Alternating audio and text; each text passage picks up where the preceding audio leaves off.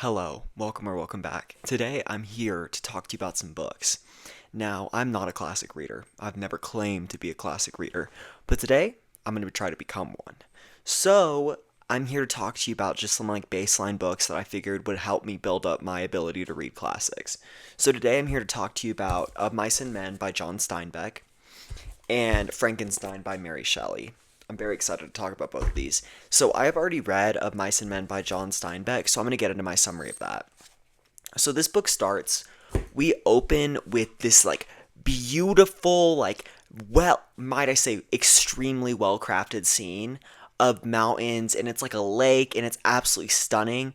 And then we hear two men coming up. These two men are George. George is a skinny, short man, and he's really smart. Lenny is a tall, very broad man. There's like a bug. Okay. Lenny is a tall, very broad man, and he has a lot of memory issues. He has a really hard time remembering things.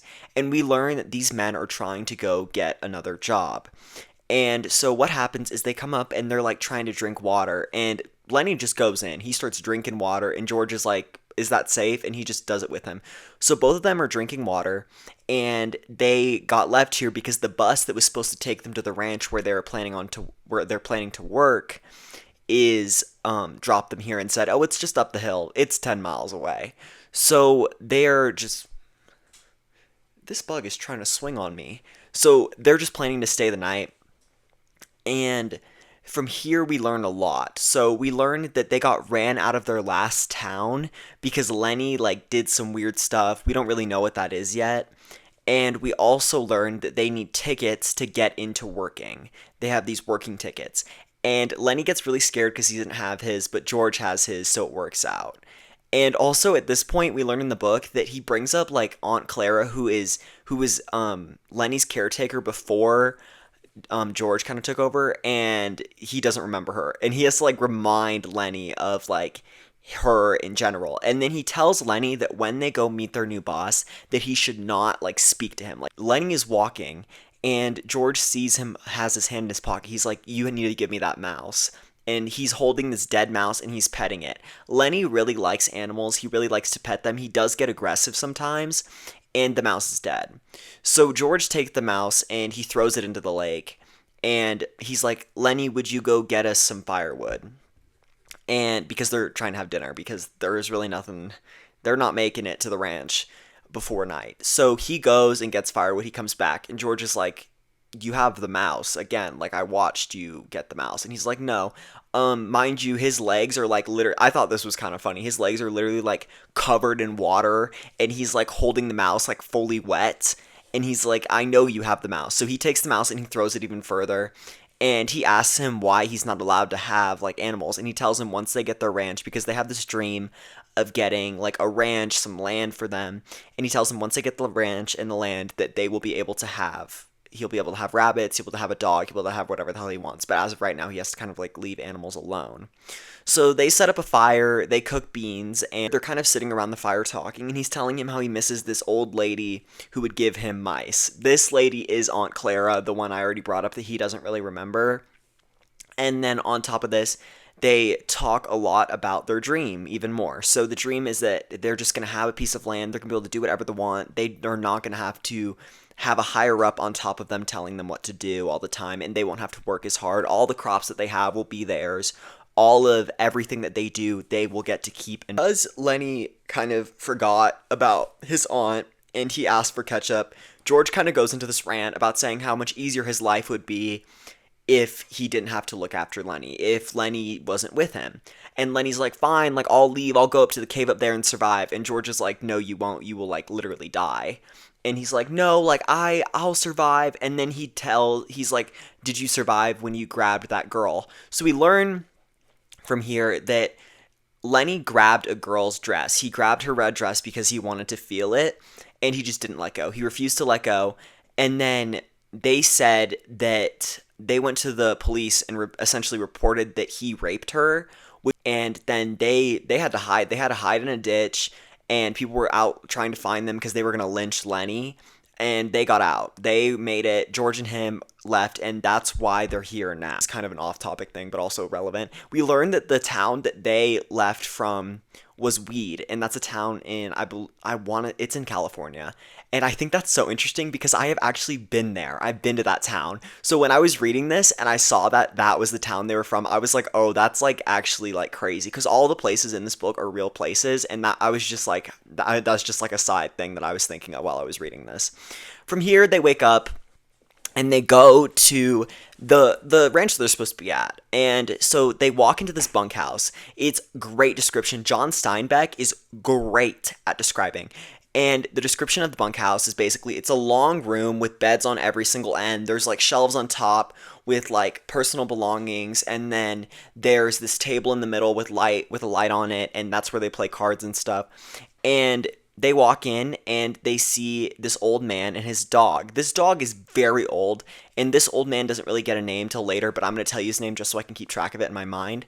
His name is Candy, and he's a swamper. Basically, what that means is that he's just like an assistant. He just kind of does whatever anyone needs. Tells them that basically that the boss, the main guy, is kind of angry that they didn't show up last night, that he was really like expecting them to be there to to be part of the work or whatever.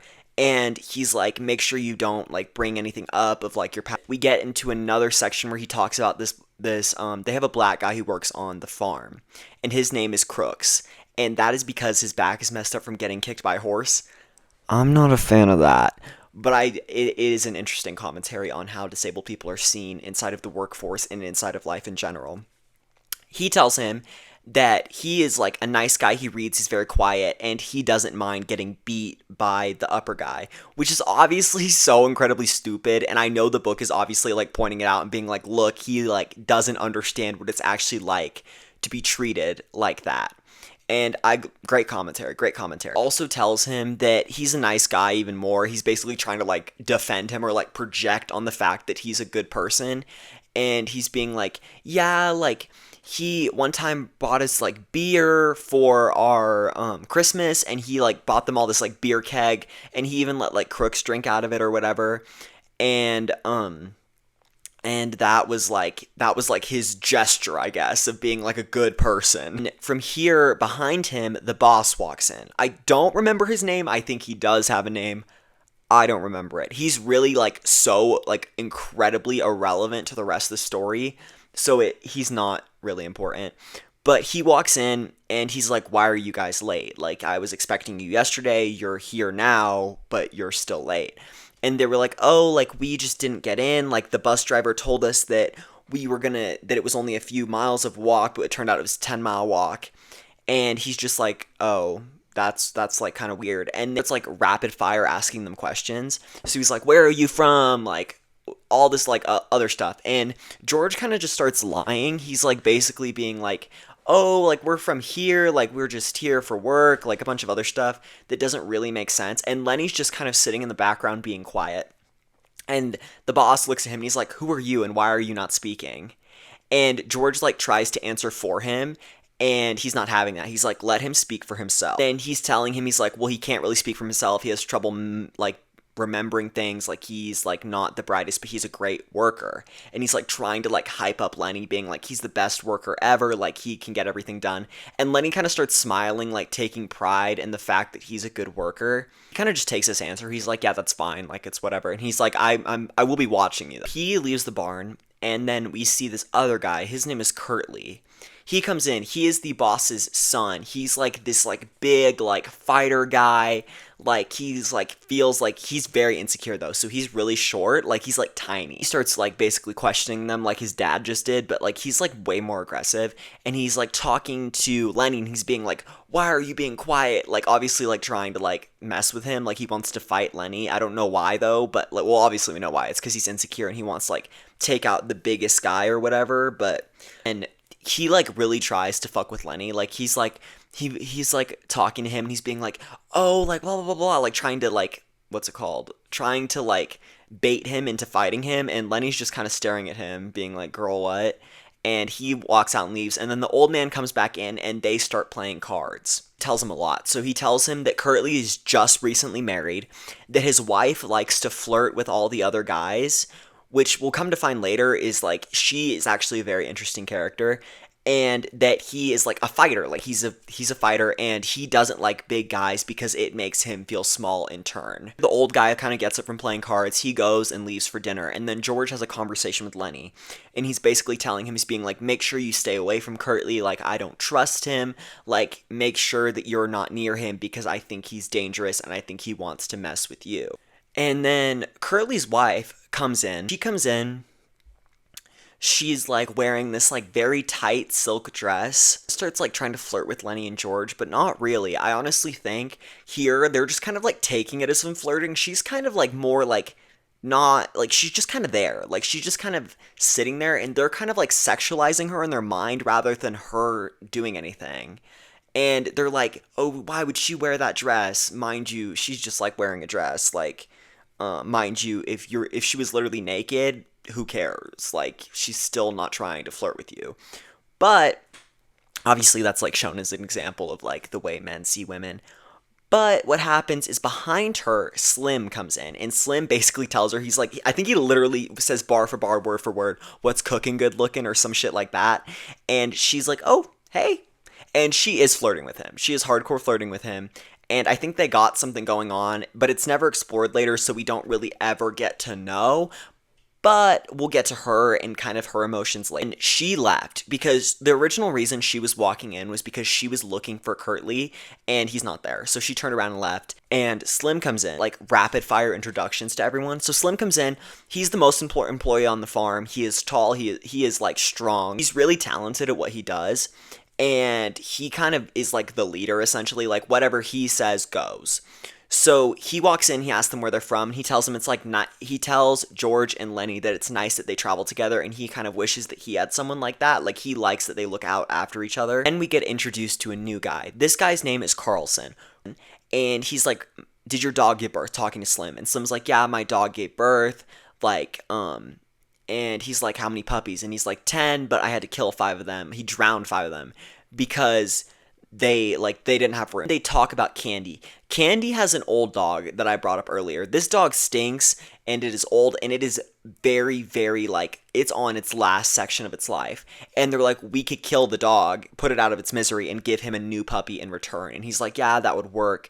And then the dinner bell rings, and they get up and they leave, and Slim tells him, he's like, "If you want food, you better get up now because it's all gonna be gone pretty soon." Lenny looks at George, and he's like, "Would you ask Slim if I could have one of his dogs?" And he's like, "Yeah." So then Curtly pops his head back in. He's like, "Oh, like, where's my wife?" And they're like, "She was just here, like, she left." And he walks out to go to dinner, and then he runs back really fast, pops his head in, like, trying to see if she's in there. And then he, like, gets a little bit angry and just, like, walks away. We open into, like, the nights that Slim and George walk in together, and they start playing cards. And all the other guys are playing horseshoes. And they just kind of start talking, like, about life in general and, like, just work and all kinds of other stuff. And he basically tells him about Lenny. So telling him about, like, he was friends with Lenny's aunt who was raising him. And when she died, he took Lenny off of her and became his caregiver. Now, we get into some pretty intense descriptions of his abuse towards Lenny. And the book isn't, like, really describing it as that. Him and Lenny, like, started hanging out or whatever. He used to, like, tell Lenny, he'd be like, "Oh, like, jump in that lake." Lenny can't swim, but Lenny would jump in the lake anyway. And Lenny would thank George for pulling him out. And then Lenny would, he would literally beat on Lenny, and Lenny would say he was sorry for whatever he was hitting him for, even if it had nothing to do with him. I'm pretty sure this is like an allegory for just child abuse in general, or just like disabled people, like disabled people being abused, which I think is done very well. And after George kind of got bored of like fucking with Lenny, he just started like treating him well. Like he started taking care of him. He started like basically like becoming like his parental figure essentially, like also kind of on a friend level too. It's very interesting, their dynamic. See Lenny walking in, and Lenny's not really speaking. He goes and sits down in his bed, and George tells him, he's like, "I know you have the puppy, go take it back." So he does. And this is important context, but the puppies are not like puppies. They're not like fully formed like animals quite yet. They're like very newborns. Like what I would say is probably the second saddest part of this book. Uh Carlson, or not Carlson. Carlson and all the guys have already walked in, right? And then Candy and the dog walk in and they lay down and he's like, "Your dog smells bad. And we're done with the smell. It lingers. Let me put the dog down for you." I have mixed emotions about this. I think honestly, obviously to put an animal down in most cases is like a mercy, like for them to live like kind of through what they're going through. At this point the dog can't get up really to pee. It's really struggling to walk, so it is obviously like time. But in the same vein, I feel really bad that Candy is like having to make this decision like really quickly, like without any like anything. And also, he's obviously very connected from the dog. It is very heavily referenced in this book that he's raised this dog from a puppy. But Carlson's like, "I'll take the dog." And he looks at Slim, like, basically to make a decision. And Slim's like, "Yeah, like, we have to, like, at some point." So they take the dog. Carlson takes the dog and walks out. And Candy just kind of stares at the wall. Like, he's kind of, like, obviously he's really sad about this. And I think there is definitely a place where you could be like, "Oh, that's a mercy," you know what I mean? And there's also a place where you could be like, "No, that's like brutal, like that's really bad." Here they hear a gunshot in the distance. Obviously the dog got put down. But they do a lot of like describing of like the mercy or whatever of it. So it's not like they're like shooting it in the face. It's like behind it won't even realize that it's dead. Slim essentially tells Candy, he's like, "Well, you could have like one of the puppies," and he's like, "Well, I don't give a shit. I don't really want one of the puppies." Crooks walks in and he tells him that he's heated the tar, and he's like, "Do you want me to like basically fix the horse's hooves or whatever?" I don't know anything about horses, but he's like, "No, I'll come do it." So Slim gets up and leaves with Crooks, and he's like, "Also, Lenny's like fucking with the dogs, like you need to do something about that." What happens is they walk out and a different guy tells him about like a sex working place mixed, like it's like a bar mixed with a sex working place. And he tells him that basically you can get a sex worker for $2 and that alcohol's cheap there. Lenny and Carlson walk back in at the same time, and Lenny tells him how, like, essentially Slim told him to stay away from the dogs because they're newborns and he was petting them too hard. And then Carlson starts cleaning his gun, which is, like, really sad. He walks in and he's like, where is my wife? And they're like, we don't know. So he runs off to the barn. And Carlson gets up and starts walking towards the barn. The other guys and Carlson leave. And Lenny and George and Candy stay there, and because they're not trying to be involved in a fight. And basically what happens is they start talking about their dream and what they're gonna do. Candy like starts speaking, and they like kind of get a little freaked out because they kind of forgot he was even there. And what happens is that he's like, "I have $350 saved up. 300 of that was because he lost his hand in a thing, so they gave him the money as like compensation." And they were like, "If we work 2 months, this could be a real dream. Like, we could make this happen. We could buy the farm. You could have your rabbits. We could literally live like this." And so what happens is they kind of make a plan. They come to is that they only would need 6 more weeks of work, and then they could put all of their money together and put a down payment, and Candy and Lenny would go live there. George would go get the rest of the money, come back, and then they would have it fully paid off. Andy's reasoning for this is because he feels like that dog was an allegory for what's going to happen to him if he stays on this farm or ranch or whatever any longer. All kind of get excited because they're like, "Oh, like this is gonna, like we're gonna make this happen. Like this is gonna work." This like damn bug, like it's really like it's trying to get me.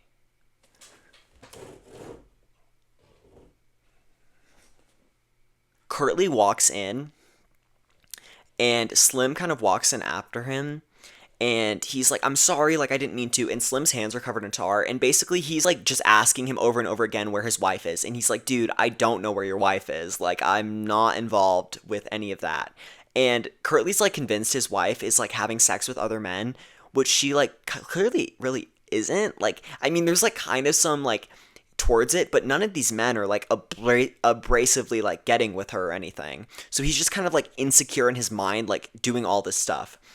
And he walks in and he's like, "What the hell?" And Lenny is smiling in the corner because of their dream, because they've dreamt it up. And he's like, "What do you think? Like you're laughing at me. Like I won't have you laughing at me on my own ranch." He walks over and starts beating on Lenny, like punching him and stuff. And Slim gets up to go start beating on Curtly, and George stops him and he's like, "Okay."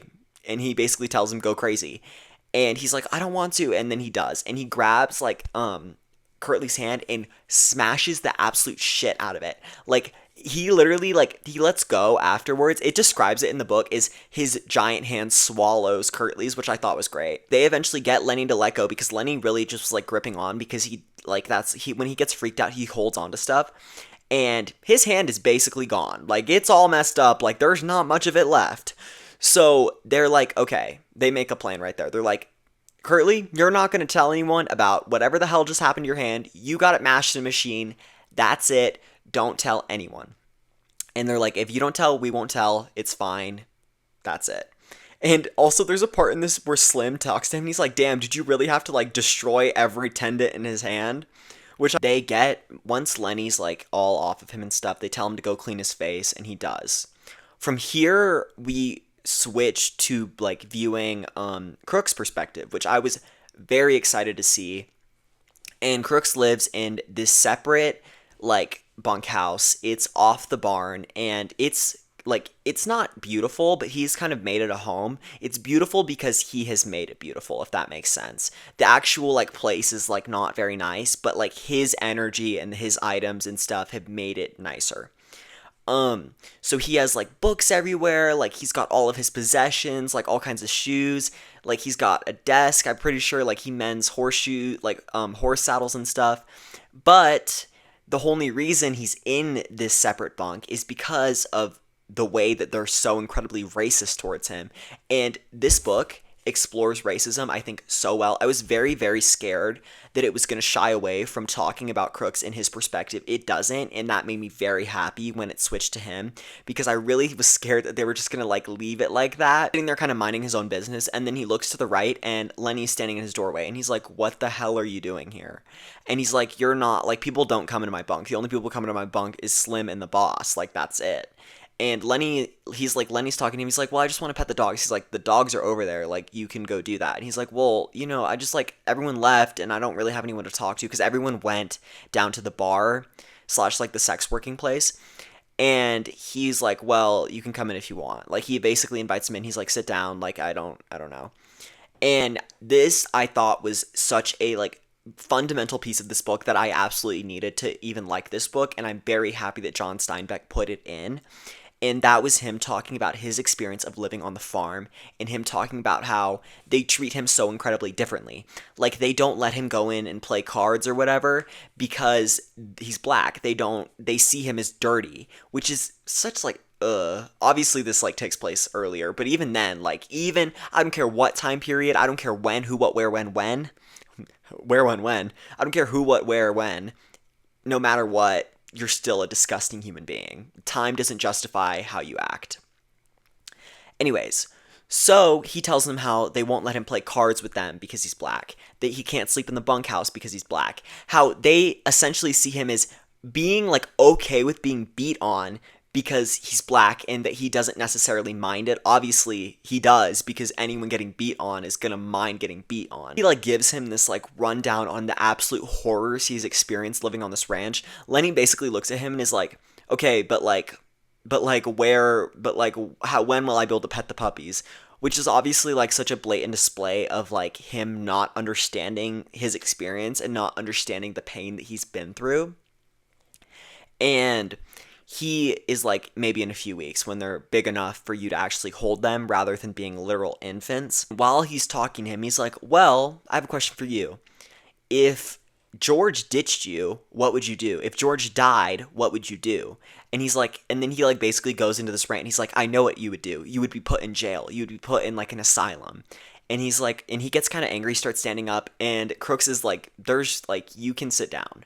And so he sits back down. He's like, George is okay, but I'm just curious what you would do if George were to leave your life. And he's like, I don't know what I would do. Like, I'm not sure. Basically, like, he doesn't really, like, he doesn't know because he relies so heavily on George for everything, which will come back. He tells him at night, since he's very lonely because no one will really, like, hang out with him or anything. And he tells him at night when he sees things, he doesn't know if they're real or not because there's no one there to tell him if they're real.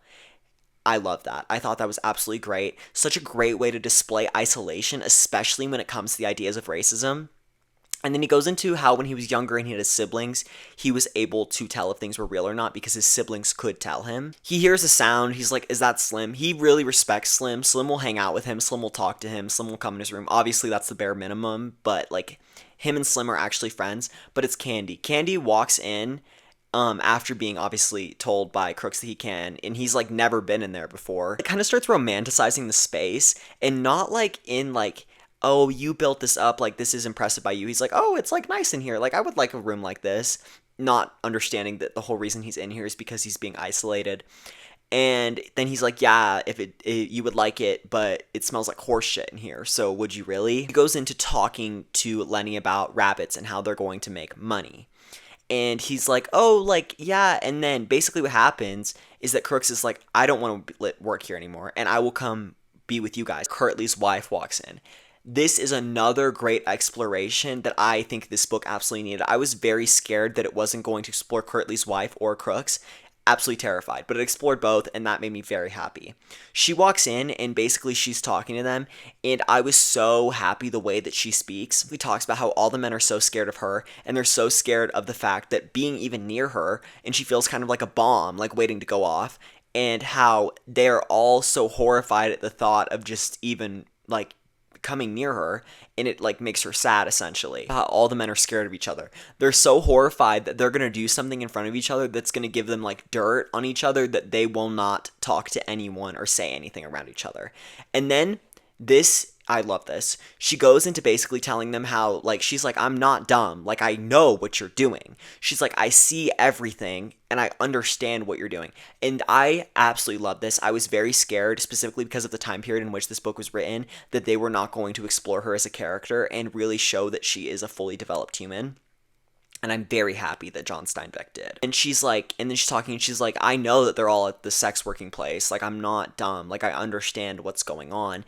And then she's like, I know that Curtly's arm was not stuck in a machine. Like, I'm not stupid. Like, I promise you, I understand everything. And she's like, I know what happened. Like, I know that you were the one who smashed his arm. She doesn't say it directly, but she alludes to it. And then he's like, no, I would never do that. Like, they're, like, trying to lie to her like she's a child. And she's like, don't treat me like a kid. Like, I'm a full-grown woman. And I see the bruises on your face. She also goes into the fact that she's not angry. She basically tells him that she thinks Curtly deserved it, that she doesn't want to be married to him, that she never wanted to be married to him, which I also am so happy that they put, like, that John Steinbeck put this in here. And then she also tells him that this is temporary for her. She doesn't want to live here forever, and she's essentially using him to build up herself, not trying to actually be with him. She says a bunch of racist shit to him, basically saying that she could destroy him at this damn bug. Basically saying that she could destroy him at any time if she wanted to. Like, she's talking to Brooks, not to Lenny, not to Candy, just to Brooks. And telling him that she could destroy him at any time if she wanted to. Like, she gets up in his face, like, says a bunch of horrible racist shit to him. It's basically being like, I will literally kill you. And that is absolutely awful, but she's talking to all of them like this. And the only thing I like about that is that they're allowing her to be an awful person. I love when a book allows a woman to be an awful person. Let them be awful people. When they infantilize them to the point where they're like, oh, but she's just misunderstood. No, I don't like that. Let them be awful, disgusting human beings. You know what I mean? Like, there is such a disgusting narrative around the fact that women can't be awful people, and I find that gross. But the fact that John Steinbeck allowed her to be a bad person, that made me happy. Basically telling me, like, Curly's gonna know that you're talking to us. And she gets up and she walks out. And she basically tells them if they say anything to him that she will kill them all. And so then George walks in. He asks them why they're bothering Crooks. He's like, why are you, like, in here? Like, this is his space. Like, you should not be invading it. And Crooks is like, I don't know. And then as they're walking out, Crooks turns to Candy. He's like, forget that I ever said anything. Like, forget that I ever was talking about wanting to be a part of that. Just don't even bring it up. It's not important. I don't want to be a part of it anymore. Switch to Lenny holding a dead puppy, which I know is a pretty fast switch, but it's about to speed up real quick. So, which as every great book does at the end, speeds up. I love that. I love a book that can hold my attention and speed up really fast at the end to get me through the end. I absolutely love that. So he's holding a dead puppy, and he basically tries to bury it. He's like, oh no, George is going to get mad at me. He's not going to let me raise the rabbits. Curtly's wife walks in. She's basically, like, talking, being like, oh, like, you know, I could have been famous. Like, I was going to be famous, and that was going to be me. She knew a guy that was going to make her an actor, and her mother stopped her. Then she went to a party, and this guy sent her a letter that she was going to be an actor, and her mom threw it away. And at this party is where she met Curtly. That's how she married him. And she's basically being like, I never wanted to live like this. I was going to be famous, and he ruined it. He took everything from me. My mom took everything from me. And from here, she's like, I understand you wanting to like pet things. Like, I understand that. And she lets him pet her hair. And he pets her hair and then he grabs it and she starts screaming. And he gets angry and grabs the other side of her hair and like starts pushing on her mouth. He gets really angry, snaps her neck. She's dead. I know. Pretty fast switch.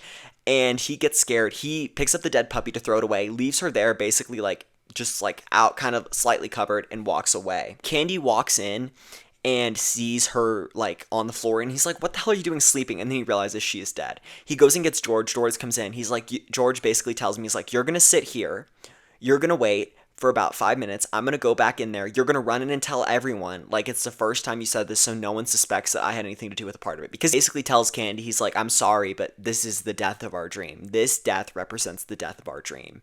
So, you know, and Candy gets a little bit sad, and then he runs back in. Everyone comes back in. All of them, Curtly, all of them. They're like, oh shit, she's dead. Also, Curtly doesn't really like take that much care to her. He kind of like strokes her face once and is like, well, now we gotta go kill Lenny. So they get a shotgun, and all of the guys kind of get together and they get their guns and they leave. And then Carlson realizes his gun is gone. And he's like, well, what the hell do I do? And they send some of the guys to go to the police station, and then Curtly and a few others go out to go find him and lynch him. And then Candy stays there with her, and Candy lays down, and he basically starts cussing at her, saying a bunch of really sexist stuff, basically being like, we could have had a great life, but you decided you had to ruin it. Obviously, Lenny killed her, but he doesn't see it that way. And he's basically just getting angry over nothing, and then he lays down and covers his face, and Candy doesn't die, but that's like the end of his character in this book. On their way out, Curtly tells George that he's going to have to follow him because he doesn't trust that he's not in on this. And then we switch to the beautiful scene from the beginning of this book. We see Lenny come out, and he's talking to his aunt. She's not there, obviously. And he's talking to her, and then he talks to Rabbit. They're all speaking in his voice. He's having a bunch of hallucinations. And then they hear screaming of the men in the background. And George comes out and he sits Lenny and he's like, Lenny, look at the lake and I'll tell you a story. And he's telling them the story that Lenny loves hearing about how they're going to go get a house and everything's going to be great. And then George pulls out Carlson's revolver, puts it to Lenny's neck, and kills him. Absolutely devastatingly sad. And then all the men come up and they're like, oh, and they walk out and Slim's like, let's go get a drink. And the last line of this book is basically Carlson being like, oh fuck, like you really can't trust anyone in this world. I will come back for my review once I charge my camera. We're literally on 2%. Okay, hello. So I'm back with my camera charged. And I'm here to give you my review of Mice and Men by John Steinbeck. I thought this was good. I see why this is a classic. I understand fully why people love this story. I want to get into some of my thoughts.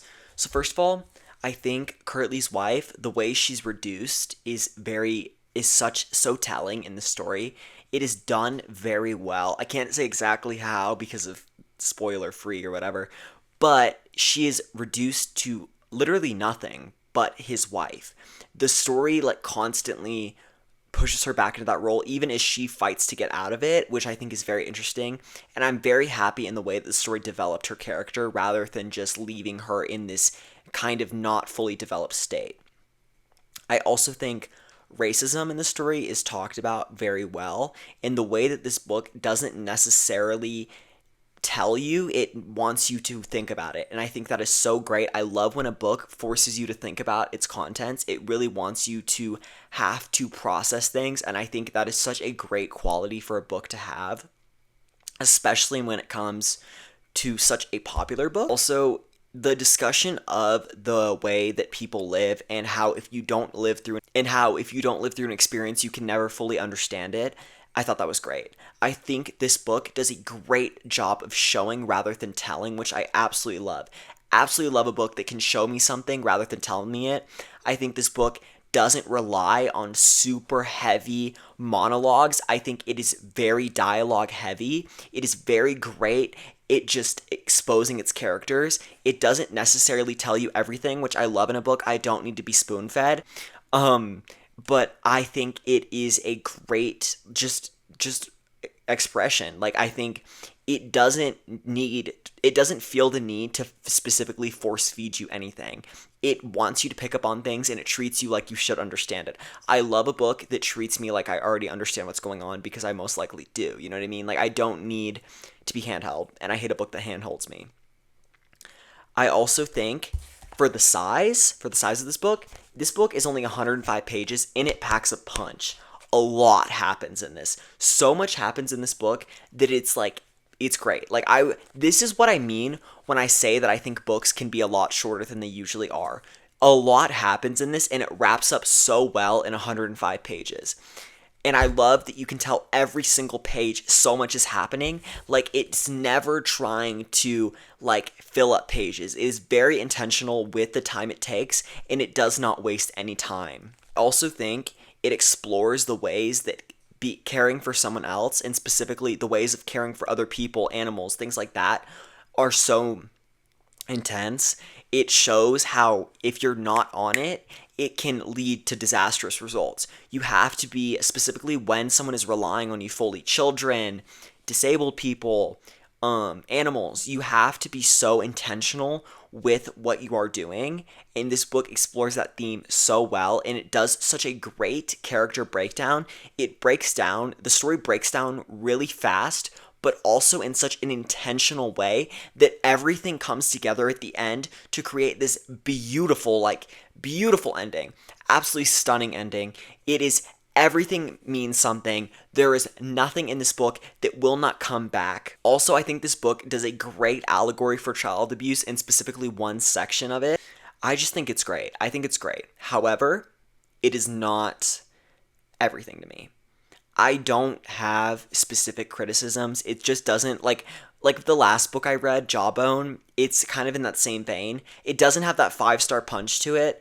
I think it is great. I think it's phenomenally written. It is so stunning. Everything comes back. It leaves no loose ends. It's picked up really well.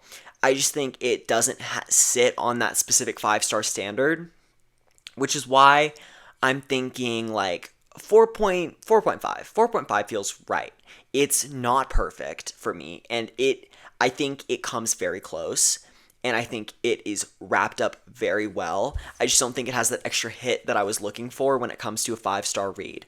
I understand this being a classic, though, and for this being the first classic that I've read for this video, great, like absolutely great. We're starting off strong. This is a great start to my classics. I would read this again. I honestly think this is such a book that you could read it in a day. Sit down and read it all the way through. It is so compelling that I was reading this and I was flipping through the pages and I was being like, oh, like I was like on page 20 and then all of a sudden I was on page 80 and I was like, oh, we're almost done. Like, this is great. It's such a well thought out piece of literature, and I love a well thought out piece. I so love when you can tell an author took the time to put the actual effort that is required into a book. It is so great, and it doesn't end with some fairy tale-esque ending. I love that it ends in the way that I think it would actually end. It is very realistic. Also, the concept of this being about the Great Depression, in that vein, it follows that so well in the way that these people are struggling, and the way that those struggles are never deformed or broken down into something easier or less intense. So, now I finished this. I thought this was great. Next, we have Frankenstein. I have not read this, but I will be back for you when I do.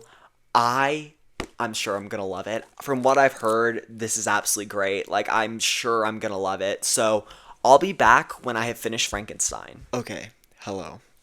I'm here to give you my summary and review of Frankenstein by Mary Shelley. Now, you might be asking, how long has it been? It's been about a month. I read a book in between this, I went on vacation, it was a whole thing, but I have now finished it, and I am now here for my review. So we gotta start, because it's long as fuck. So first, It opens with this guy. His name is Captain Walton. He's writing a letter to his sister. He's like, okay, like, I want to go on a voyage. He is self-educated from his family, and he is getting on this voyage to go to the North Pole. He goes on this voyage. He finds some men. He has this whole plot line. It's pretty irrelevant. We're not going to talk much about it. He goes up to the North Pole. And after getting his whole crew together, he is sitting there in the ice one day and he sees a man go on a sled really fast. And he's like, what the hell is that? Then another man comes up on another sled with like less dogs. And they're like, what the hell? And they let him onto the boat. He then comes on the boat and he comes and sits with him in his room. And he's super sick. Like, he is cold. He's got hypothermia. He has not eaten in a long time. Like, they nurse him back to health, and then he's like, I have a story to tell you. And they're like, what story do you have to tell us? After he's like telling him he has a story to tell him, he kind of has like a breakdown. He's like, I'll tell you tomorrow. Then we switch to tomorrow, and he tells us his story. This is the main story. This is, I would say, about 95% of the book. So basically what happens is it opens. We get a story from Victor Frankenstein. What it is his dad is a nobleman. His dad had a friend who was a merchant. This merchant died. He took care of his daughter, then married her. I know, you're like, what the hell? It's gonna get worse, don't worry. So he married her. That is Frankenstein's mother. So they had him. The mother wants another kid. So what happens is they go and the mother goes to a poor family's house and they find this girl. She has golden hair and she's really blonde. They say she's sweet and they take her home with them and essentially give her as a gift to Frankenstein. Now, I'm going to put a preface here. There's two versions of the story. This one is like them mashed together. And so I will refer to her as his sister and his cousin because in one version, he is his biological cousin, or she is his biological cousin. In another version, she is his sister in the story I just described to you. So I will be referring to her as both. Just know that that's like kind of the change of it. It's just that way, I guess. I don't know. And so from here, they essentially give Elizabeth as a gift to Frankenstein. Or Victor. I'm just going to refer to him as both. They essentially give Elizabeth as a gift to him. And he basically sees her as that he owns her. He has a very, very strict view that he owns her and she is his. Without fully seeing her personhood.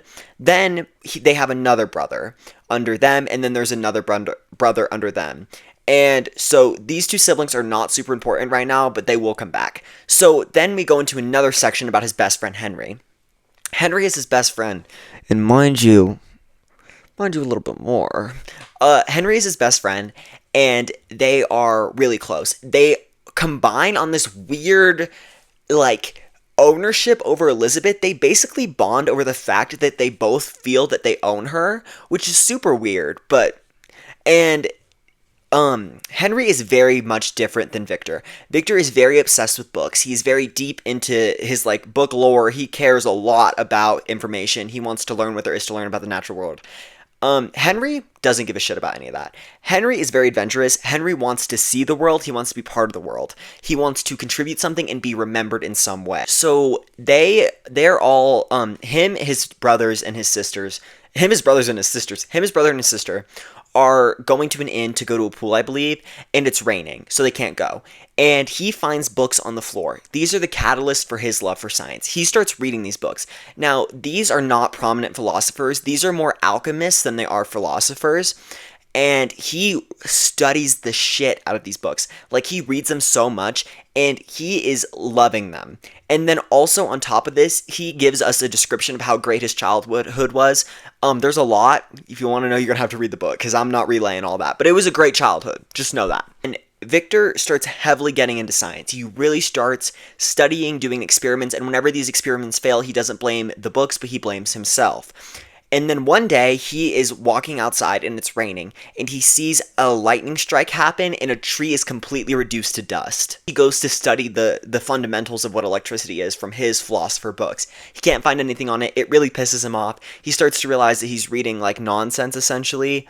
And then from here, he's just like, okay, I'm going to study more things. So instead of studying philosopher specifically, he branches out to studying more basic science, math, things like that are more fundamental building blocks of science.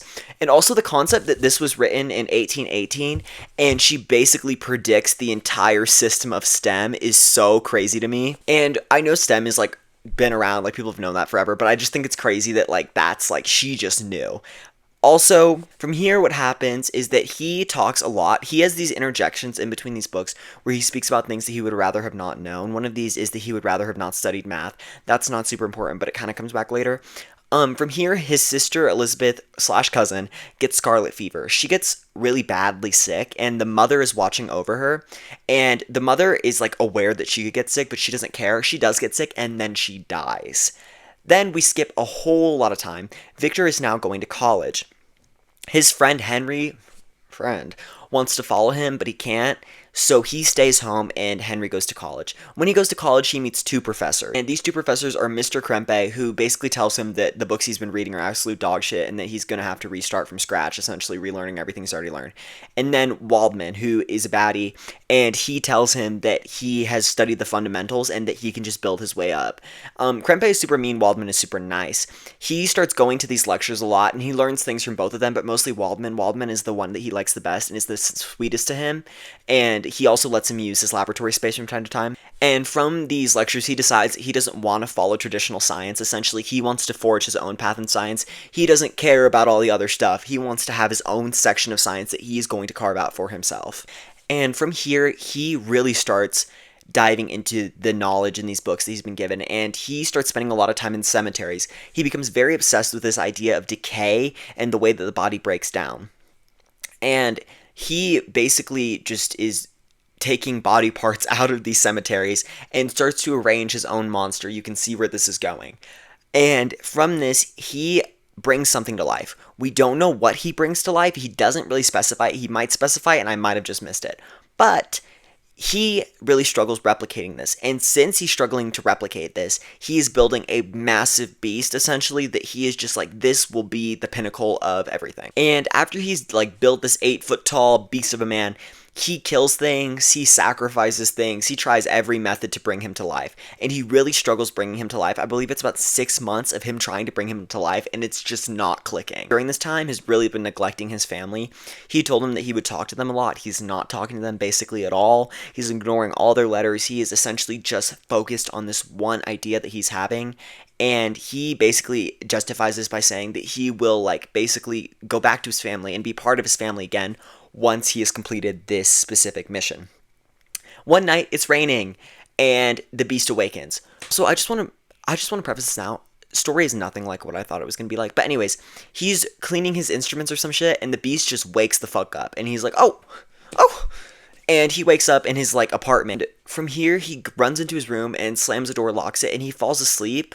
He falls asleep a lot. He is a very big sleeper. And he falls asleep, and then he wakes up with the monster essentially standing over him, being like, oh, trying to grab him. And he's like, oh no! And he runs out of the house and goes and sleeps outside. Then he's walking down the street trying to get away the next day, and he sees Henry, and he's like, Henry, what the hell are you doing here? And Henry's like, oh, like, my dad let me study. Like, he's like, oh, he finally, like, let me come here. And he's like, Henry, okay, come home with me. And so they go back to his apartment, and he slams the door open, checks everything, and he's like, oh, he's gone. There's no monster here. And he gets really lucky, but he's like, but where the hell did the monster go? From here, he is really sick. He's like not been eating, not been sleeping. He basically passes out, and Henry takes care of him for about 6 months. And this book loves to use a time jump. And he takes care of him for about 6 months.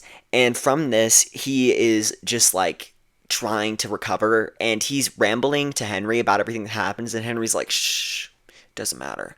And then he kind of gets better, and Henry's like, will you at least like letter your parents and family for me? And he does. And then from this, he finds out, first of all, that they're doing good, and then he gets another letter, and this letter tells him that his brother Ernest, or no, it's not Ernest, sorry, I believe it's William has died.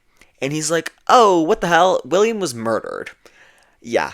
And so he's like, oh god, what do I do? And from this, he goes and sees Walkman, which is the last time we see him in the book. And he basically tells him that he's kind of done with science, and he respects him, and is very kind, and is very understanding. And then Krempe becomes the leader of the university for some reason. It doesn't matter, but I thought I'd just throw it in there. So he gets in a carriage and goes home. Henry stays at the university. He stayed a little bit with Henry afterwards to get him accumulated, which is not something you do for a friend. I don't know about all that. Anyways, so he does all this, and he heads home. When he gets back home, he comes to a rough scene. And when he gets back home, the gates to the town are closed. So he takes a boat all the way to the scene of the crime. And he's like, okay, he like walks around there and he thinks about it. And he's like, who could have killed this person? And then it dawns upon him who killed him. And he realizes that the monster that he made killed his brother. So when he's discovering that the monster killed his brother, the reason he discovers it is because the monster is like literally right there. And he's like, oh, damn. From this, he goes to sleep and then he goes home the next day. And their other brother, Ernest. So William's the dead one. Ernest is the other one. Ernest, he says, he goes in there and he's talking to him. And he's like, yeah, we have a little bit of a problem. We think that Justine killed him. We know that Justine killed him. And he's like, what the hell? Justine is kind of relevant, kind of not. Essentially, she's just like a family friend who lived with them for a bunch of time. That's like mostly her storyline. She's basically like being accused of this for two reasons. First things first, Elizabeth put a necklace on him that was their mother's, and it was found in Justine's pocket. Second of all, she was not accounted for the hours that he was killed. From this, we get a court scene. And so they all go to court. The whole family's piling into court. That she gives her side of the story.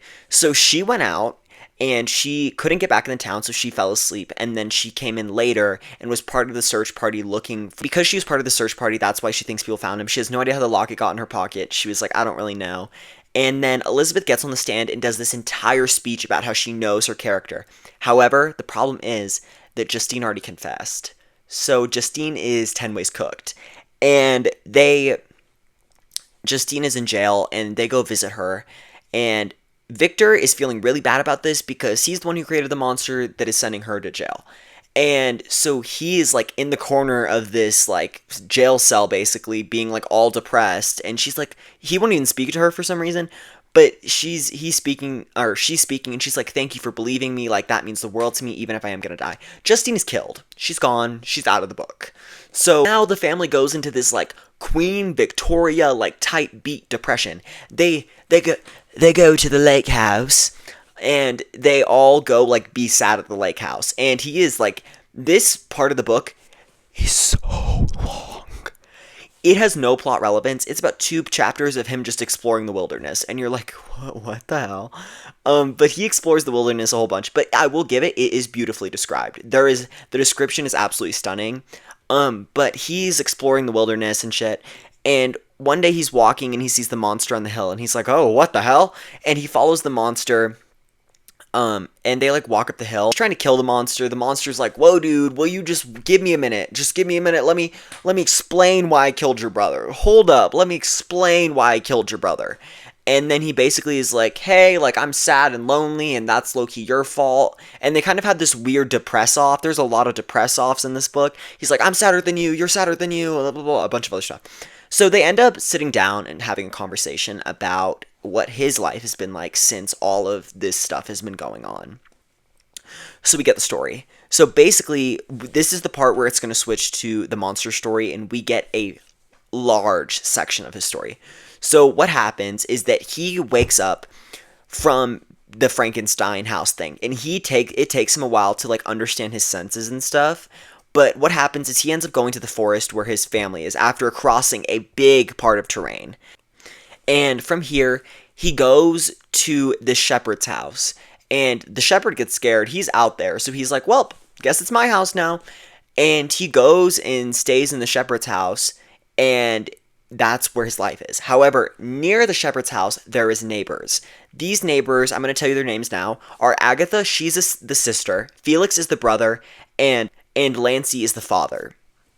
Now, he observes them, and he learns a lot from them. And he sees that they're financially struggling. What happens is that through observing them, he learns the dynamics between all of them. He learns that basically a lot of English from them. He learns a lot of language from them, and he learns that they need help. They're really struggling with food, with things like that. So he starts helping them. He starts bringing them firewood. He's doing all of this kind stuff for them, and they are basically attributing it to an angel, but obviously he's the one doing it. And from this, he just kind of gets really sad. He wonders why he's so lonely. He wonders why he has no family. And he keeps learning a lot more language as the story progresses. A woman shows up and starts living with them. Her name is Safi, and she is living with them. She gets dropped off by this person on a horse, and she is getting taught English, geography, all kinds of things from them, and he learns all of this from them. He becomes really intelligent. He also, one day, when he's bringing their firewood, he finds books from them. He reads all these books. He learns a lot more. So, since he has learned their language, he can now understand what they're saying. He learns basically what happens. So, Lancey, the dad, used to be a noble. He used to be a French noble, and the two kids were under him, obviously. They were his kids. And he saw that Safi's father, who is a merchant, got taken into custody, into French custody, because of his religion. And he was put into literally, like, I think it was literally like a death sentence. So Felix broke him out, and he in turn promised his daughter to Felix. And then Felix was like, hell yeah. And so he broke him out. He got him out of the country. And then once he got them out of the country, Safi and his father, the father was like, wait, I don't really want him marrying a Christian. This is kind of weird. So he gets him and his daughter to a safe house away from Felix. Felix realizes that Agatha, his sister, and Lancey's dad had been taken into French custody because of the breakout. And because they've been taken into French custody, he is now responsible to go get them. So he does. They go to court. They lose their fortune. They're condemned to exile. And since this is all happening, she is still at the safe house. And Safi was raised by a Christian woman who is bequeathed, if you will, to her father. And she has very liberal views. She taught Safi basically never take any words from man. You stand up for yourself. You be you. And she did not want to be sent back to her home country where she was not going to be able to do that. So she decides that from the safe house, she has a servant take her to an inn. This servant gets sick and dies. Then she has the inn woman take her to Felix's house. And that is how she ended up there being part of the family. And what happens is, since she's now part of the family, they start getting money from her dad. So before they were doing the hard work, now they have servants. Before they were struggling for food, now they get food deliveries. And the monster, or I don't even know what to call him, but he is watching all this go on, and he is like consistently like just like watching and observing and kind of discovering what's happening to them, and he decides that it is time for him to show himself to them and be friends with them. So what he does is, the father, Lancey, is blind. So he goes in one day and talks to Lancey, and he's like, hey, like, would you support someone who's like blind, blah, blah, blah, like a bunch of other stuff. And what happens is he's like, yeah, like I would. And then he hides behind Lancey when the two siblings come in and Safi, and he's like, now it's time to support me. And Felix drags him away from his father and beats him, and then he runs out of the house. And there's a section in this where he talks about how he could have easily murdered him so quickly, but he doesn't. He runs out of the house, and because of this whole ordeal, Felix and his family pick up and move, and that's the last time he sees them.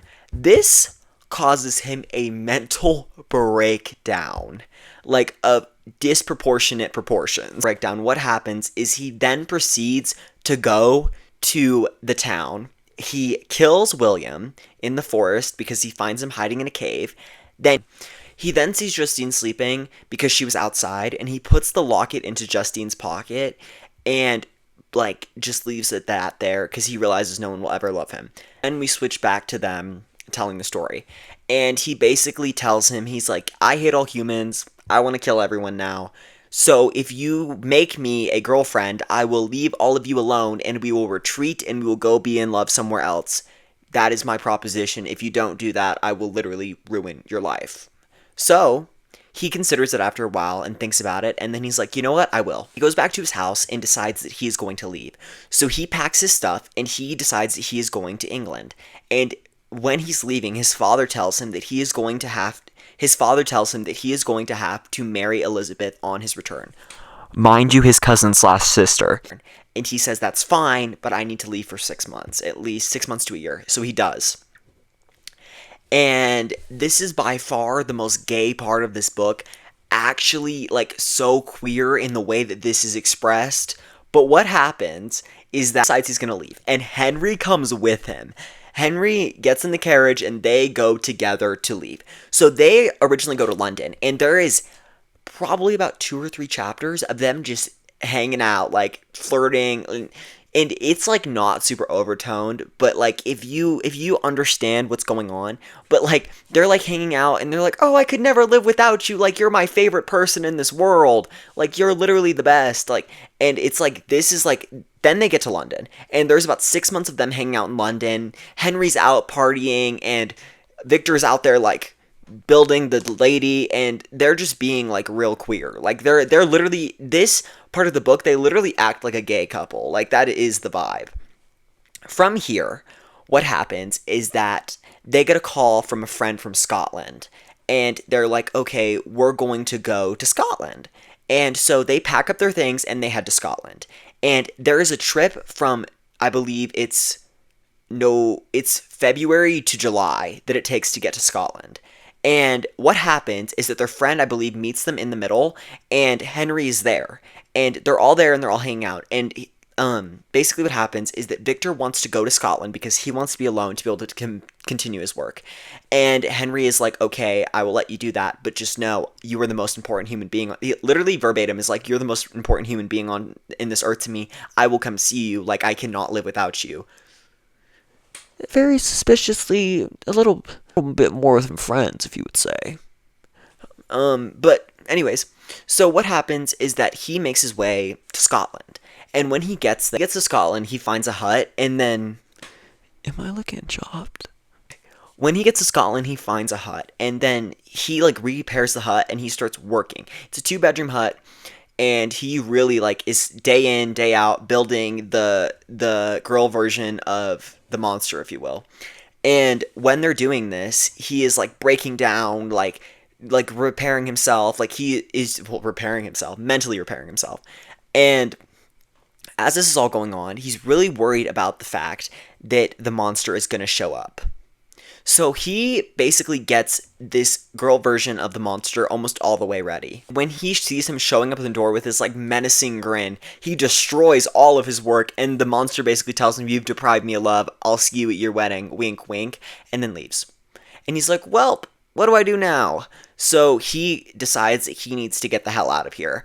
And he breaks down his whole workshop. He takes the body parts of the woman monster and sinks them in the lake, and then he's on this boat. He falls asleep again. I don't know what it is with him and falling asleep, but he falls asleep and floats away. And he lands at another town, and they're like, "You murdered someone." And he's like, What the hell do you mean?"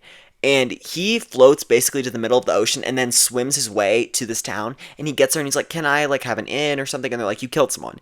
And this guy named Mr. Kerwin takes him and is like, "This is what's going on. Like you're being tried." And he goes to the crematorium essentially, and he sees that Henry is the one that was killed. The way I was gagged. I know it's real obvious, but I just wasn't thinking about it in the moment. And I was like, "Oh my God, that's like actually insane." And he loses his mind over this. Like, mental breakdown. His brother died, never cared. Mother died, never cared. Henry died? Oh, he cared.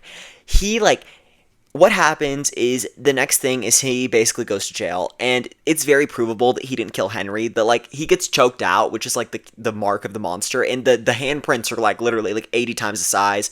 Also, people had witnessed him doing certain things. Like it wasn't like it was super hard to prove, but he kind of gets institutionalized, and he's just speaking nonsense for like about 2 years. 2 years. Either it's like 6 months to 2 years, and he is absolutely losing it. Like, has no mental spatial awareness over this. Like, Henry's death like really messed him up. It is the main point in contention of his life and what is like the harmness of it. And so he kind of comes back to his senses. His dad comes, his dad picks him up. Mr. Kerwin, who is a baddie, by the way. There's a lot of one-off baddies in this book who are just absolutely like amazing people. They just show up like guardian angels and save Victor and then just disappear into the background.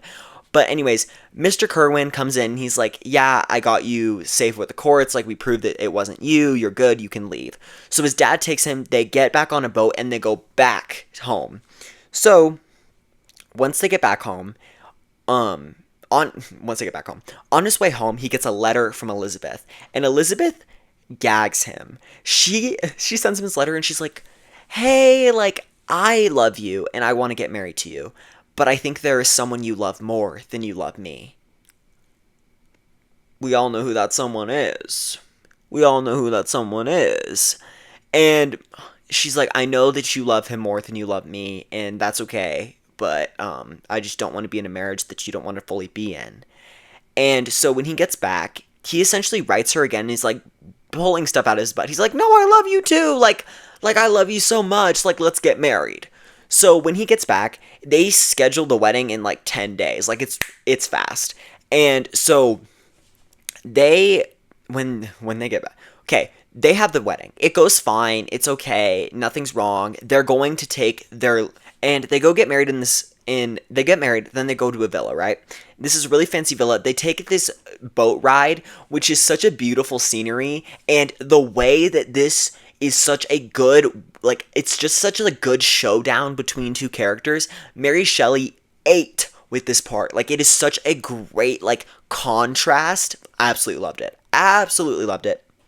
So they get there and they're having a fun time, and he is basically strapped. Like he's got Glocks and knives and all this stuff, and he's waiting for the monster to show up. And you know when you read this what's gonna happen, but she goes to bed and then he hears screaming and he walks in there and the monster's like, "Lol, I just killed your wife."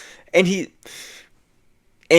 like, "Oh damn." And he shoots at the monster and he misses, I'm pretty sure. And the monster, well, he misses, I'm pretty sure. He does miss. And the monster runs away, and everyone's like, "Oh, that's crazy that she's dead." And he's like, "Yeah, that really is." And he gets sad about Elizabeth, but nowhere near the level that he was sad about Henry. He's like, "My light, my love." But there was no mental breakdown institutionalization over this. So everyone is like, "This is awful." And they go on a witch hunt trying to find him. They don't find him. And he returns home. When he returns home, his father is very old at this point. We've passed a lot of time. And after Elizabeth died, his father is kind of at the point where he's just done. And this is a real thing that happens to people, I'm sure. We've all seen it. But he just kind of gives up and dies. And this breaks Victor again, though not as much as Henry's death. But anyway, so what happens is that he continues to go. So what happens is he goes to the court and he's like, "Please, please, please, let's go hunt this monster down." They're like, "I don't know what you want from us. That's crazy. Good luck with that." And he leaves town. And this is he goes on an adventure. He basically is he takes his family's heirlooms, he sells them, he takes the money, and he is crossing deserts, he's crossing mountains, he is hunting this monster, absolutely hunting it.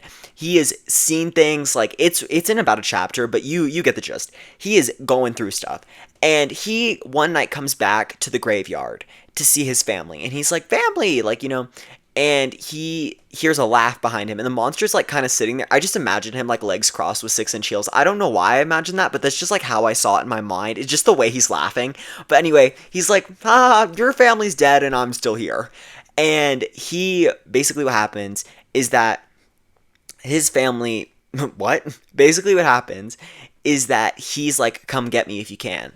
And so they go through another montage of them leaving stuff for each other. They carve things on trees. He's like, "If you can catch me, try."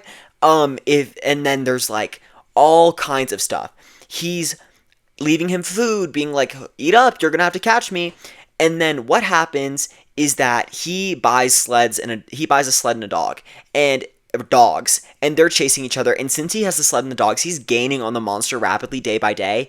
And it gets so to the point where he's they're crossing this ice, and he sees the monster, and he's like, "Oh my god, that is the monster."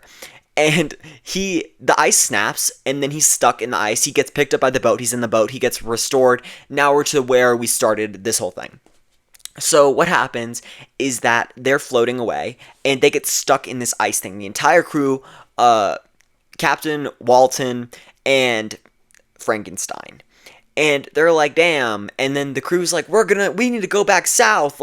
We need to go back to, south. Yeah, we need to go back south to where we are before. And he's like, "I don't really want to, but that's okay." And Frankenstein's giving them the speech being like, "Life is important and you should be courageous." None of them care. It doesn't work on any of them. They're like, "We're going back south either way."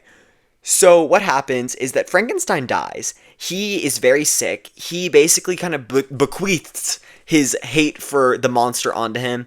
But then in his death, he's like, actually, I don't want you to do that. Stay away from ambition, live your life peacefully, and don't go outside. That's like essentially his whole vibe. Then he dies, and after he dies, the monster pulls up, and he's like, oh, damn, he's dead.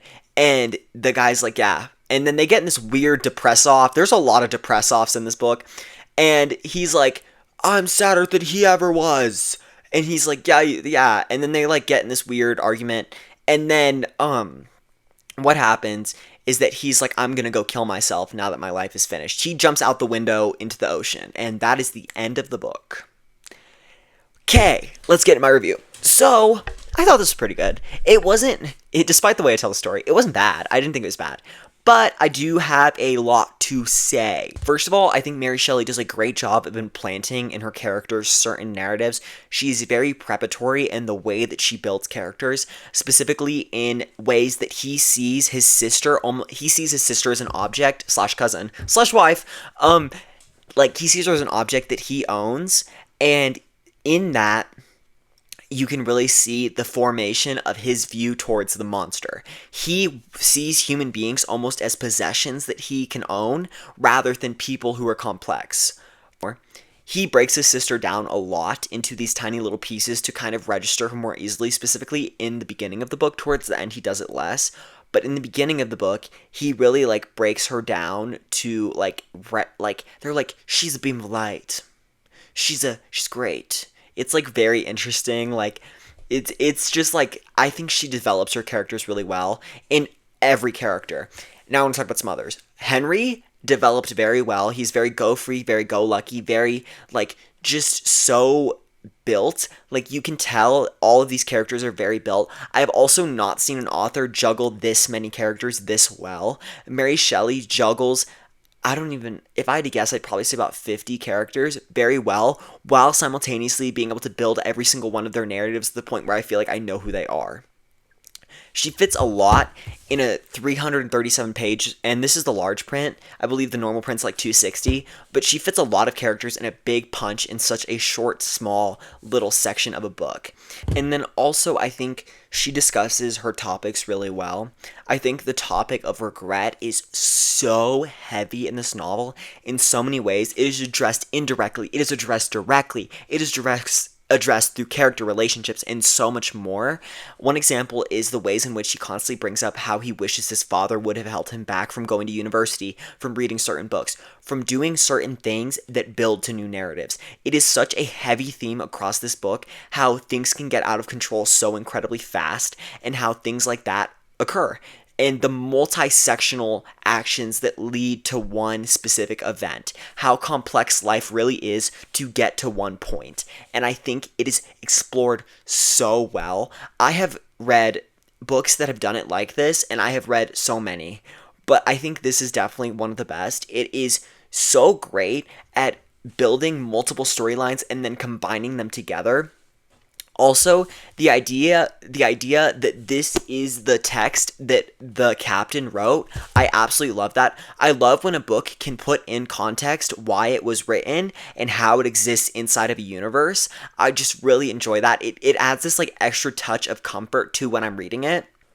Also, in this book, I really like the ideas surrounding the education of the characters and the general ideas behind education. First of all, the way that Henry has to wait to go to college and his family can't afford it is so realistic to life, specifically in the ways that Victor barely acknowledges it. I feel like a lot of people, when they're in the position to achieve higher education, forget about the millions of people who have no access to higher education. Also, I think specifically in the time period that this was written, higher education was so incredibly limited from so many people, women, people of color, like so many people were so limited from higher education that I think it is so imbued in this novel. And even today, that narrative still holds up, specifically with the cost of education and so many other things. And then also the ideas of just education in general, the ways in which most of the characters are self-educated and how there is a place for educating yourself by yourself. And I think that is so interesting, the ways in which you can observe human behavior in human fiction and art and books and things like that and teach yourself so much. the ways in simplicity that you can learn from just basic interactions, and then the things that we are constantly learning from each other based on our interactions. I also love the way that ambition is explored in this novel. It is another very heavy theme in this novel, the ways in which ambition can corrupt. I think it is explored in such a very visceral way. First of all, the ways in which he is very locked on to something and doesn't ever like break his focus when he is locked onto that thing. I think when it comes to specifically the ideas in this book, he really shows this like clarity after something has occurred. It is very true to life in how humans, we can become so tunnel visioned on something, and then once we can see the bigger picture, once we have exited the tunnel, we truly realize what has happened. And I think that is such like a well explored theme, and I also think that is so hard to tackle inside of a novel because you can't really like there's no saying that. You have to explore it inside of a character, and your characters have to be really well developed for you to be able to properly explore such a theme as that, and I think this book does that really well. I also think the ideas of mental breakdown are explored really well. The mental breakdown, I love a good mental breakdown. I've talked about that many times, but I think the mental breakdown in this book is actually amazing. It is done he was never mentally sane to begin with, which I really enjoy. Furthermore, I think the ways in which the mental breakdown is done in this book is so precise and so targeted to where you see exactly what the author was going for. No sentence when it comes to his breakdown is wasted. It is very, very intentional in the ways in which his mental breakdown is done. Also in the ways in which other characters' or mental breakdowns are done. He is not the only one that starts to lose it a little bit. Every character in this book kind of gets a toll on them from the things that are occurring. And it is done so well and so widely. I think Mary Shelley's ability to juggle multiple characters is so fascinating, and she really is so talented in the way that she writes. Also, I think the ideas of taking care of other people are explored really interestingly in this novel. It is consistently that someone is having to take care of someone else. I think that is so interesting in the ways in which we don't really acknowledge that day to day, the ways in which people are constantly taking care of each other in different ways, whether it's illness or mental health or just general like parental and sibling and other aspects like that. I think this shows it and displays it very clearly, especially in the ways in which that it uses time jumps. It really shows the amount of effort and time that is put into taking care of someone else. I think it is very interesting the way in which when Victor loses his humanity and the monster loses his humanity, it is essentially all they have. Without their humanity, they are nothing. And because they lose their humanity, they start doing things that they would never have done before. Specifically when it comes to the monster, I think it is very interesting the way that humanity and empathy is explored in this novel. It is very visceral in the ways in which it does explore these topics. I also think grief is very heavily explored in this novel, obviously with the amount of things that go on. I think it is very interesting the ways in which Victor pushes off his grief for specific things. He really does not like try to fully process things that are happening to him, and not just him, other characters as well very much push down the ideas of grief, and it is displayed so well. Specifically, again, Mary Shelley's ability to juggle so many characters and their specific character narratives when it comes to grief. Every character is so multi-sectional and multi-developed that you can really see who everyone is specifically and as a whole. I also really enjoy the amount of chances that all the characters in this book are given to do the right thing or do the wrong thing, or the amount of chances that life just gives them, I think is so accurate. And it also really shows that in certain situations and certain mindsets, we can make the wrong decision very easily due to cloudiness in our mind. I also think this book does a great job of showing how everyday actions we can really learn a lot. And then I also think the combined empathy that this book shows for just fellow living beings is very interesting. As being alive, we have such empathy, usually, for other living beings, where that's animals, plants, bugs, snakes, rats, you know what I mean? Like, I think it is displayed really well in the ways that all the characters have empathy for just living things in general. I also think the ideas that are shown specifically when it comes to the women in this book are very interesting. They are very developed in an interesting way, very similar to Of Mice and Men. They are developed in a way in which you understand their motivations and the character development that they take, but is also very underlying, and they hide it in a society that it very heavily expects them to hide it. to be almost dumber than they are to fit a societal narrative of what women should be. I also think this book is great at showing the complexity of human beings in general. I think it is so precise in how it shows the ways in which humans interact and the just complexity of life. A single situation can have hundreds of views on it. And you know what I'm saying? Like, one specific action can lead to so many actions that build so quickly. And I think this book explores so many different facets of a certain situation. And I think Mary Shelley's specific writing style of the way in which she is able to juggle so many characters works so well for this. She is so able to juggle so many characters at once that it really works for the specific narrative of showing multiple complex stories all unfolding at once and parallel to each other.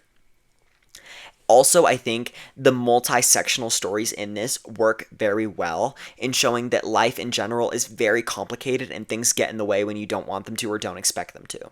I also find the way in which that the monster only craves love very interesting and such a true-to-life experience for a lot of people, and how some people that is the only thing they want. But I also like the way that it is multi-sectional and the way that it shows other people that's not their main focus in life. And I also like that it doesn't judge that focus. Having love as a number one focus isn't a bad thing, and the book shows that multiple times that isn't wrong. Furthermore, I like that it shows multi-sectional ways that people choose to live their lives. Some people live for love, some people live for discovery, some people live for their career, some people live for their family. And I think that is such a great exploration of life and the reasons that we live, and not judging any specific reason for being less than or more than another one. Now I want to talk a little bit more about the overall content. So first, we got to talk about the gay. The way that queerness is explored in this I find so interesting. It is very subtle and very, very underlying, but it is still there, and it does acknowledge it one time in the book that it is there. I think it is explored very, very of the time, very, very under, like, slightly there, but not really, but, like, I think it is explored really well, for the exploration length that books of this time were allowed to have. Obviously there's way better ways to explore it, but specifically the time period that it's from, I think it's done really well. I find the relationship between them very interesting. I think there is consistently a tension between both of them. Furthermore, I like that other characters notice this tension and bring it up. That was really interesting to me. I also really like that there is an entire section of the book basically devoted to this relationship. And even though it never develops, it still is there. Which I also think is so of the time of relationships like this that definitely existed but never fully developed because in their minds that wasn't a thing that you could do. Okay, I also think this book is really challenging to read in a lot of ways, and I think it is very, very well written. I think also I could really benefit from reading it again. I probably will at some point. I think there is so much to get out of it, and I see why people spend entire classes studying a book like this, because it is so incredibly intense that you could study a lot of it, and it is so hand-picked and so incredibly intentional that there is so many things to talk about when it comes to this book. Okay, now I'm going to get into some of my criticisms. First of all, I want to talk about this comment I saw on Goodreads that I thought was so funny. This comment on Goodreads, and it made me giggle so hard. This girl wrote, I'll put the screenshot up, and an annoying scientist and an ugly tall man fight over who is more depressed. And she gave it a 1 star, but I just thought that shit was so funny, because the way that it's so accurate to the actual book, like, that is the book. Okay, from that, I want to get into some of my criticism. First of all, I think this book could have been shortened. I think there is such a place for it to be shortened. There is sections in this book that I'm like reading and I'm like, okay, you know, it's not the best when it comes to using its length, in my opinion. Also, true to that comment, when they fight over who's more depressed, I think it's interesting in a way, but there is so many pages of it, we could have cut that down. We could have cut that down. It did not need to be that long. It's a long time for them fighting over that.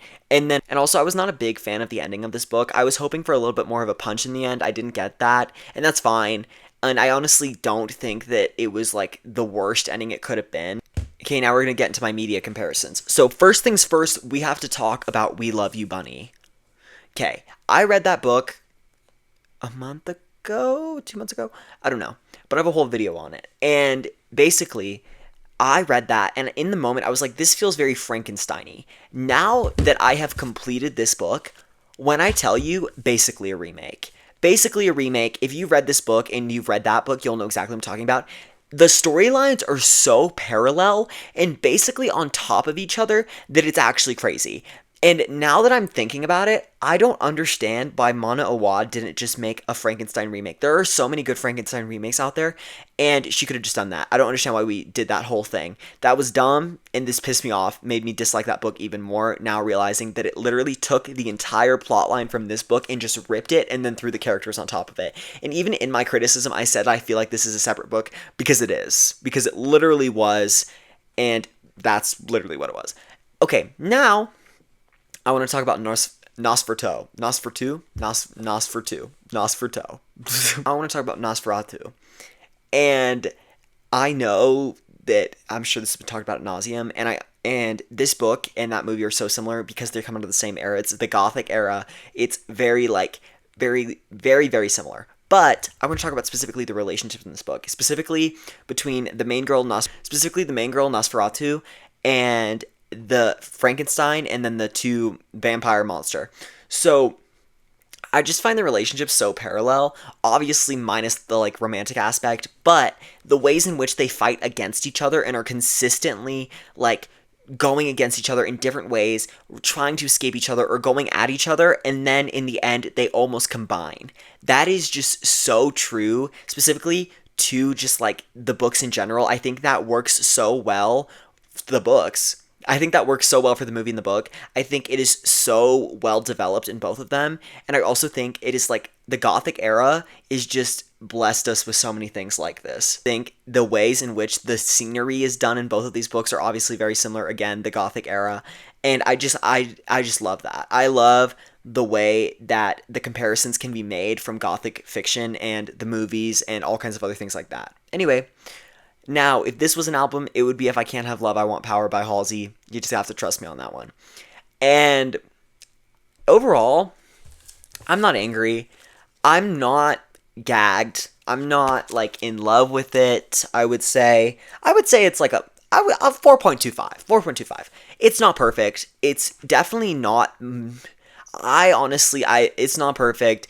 It's not the best thing I think I'll read in the classic genre. I was hoping for a little bit more, but it's not bad. It's not bad whatsoever, and I'm not angry I read it. I think I needed to read this to move further in my classic journey. And that's it for me. Thank you for joining me on both of my books, and see you next time.